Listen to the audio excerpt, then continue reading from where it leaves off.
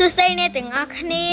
កាលពីអាទិត្យមុនគឺខ្ញុំបានទៅលេងនៅឯសៀមរាបតោះឥឡូវយើងទៅដើរលេងជាមួយខ្ញុំ Hello បងប្អូនឥឡូវខ្ញុំមកឡើងអង្គរហើយតោះចាំមើលអង្គរជាមួយខ្ញុំទាំងអស់គ្នា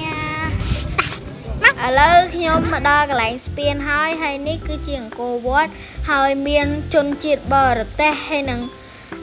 ជនជាតិខ្មែរយើងបានមកលេងនៅអង្គរវត្តយើងច្រើនណាស់ដូចបងប្អូនឃើញចឹងហើយនេះគឺជាប្អូនខ្ញុំតើប្អូនខ្ញុំខ្ជូតដែរឬទេបងប្អូនបើខ្ជូតជួយ like ជួយដាក់បេះដូងឲ្យមួយផងហើយសិតតែបងដែលគាត់បានរៀនចប់ចឹងណាហើយនេះគឺជារូបភាពរបស់ខ្ញុំដែលខ្ញុំបានថតហើយនឹងជាមួយនឹងគ្រួសារខ្ញុំផងដែរស្អាតខ្លាំងមែនតើជាពិសេសកន្លែងមានអង្គរវត្តនេះហើយឥឡូវខ្ញុំកំពុងតែដើរទៅ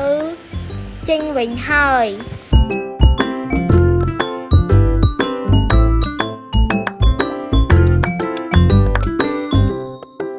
Bye byeបងប្អូនឥឡូវខ្ញុំចេញពីអង្គរវត្តហើយអរគុណ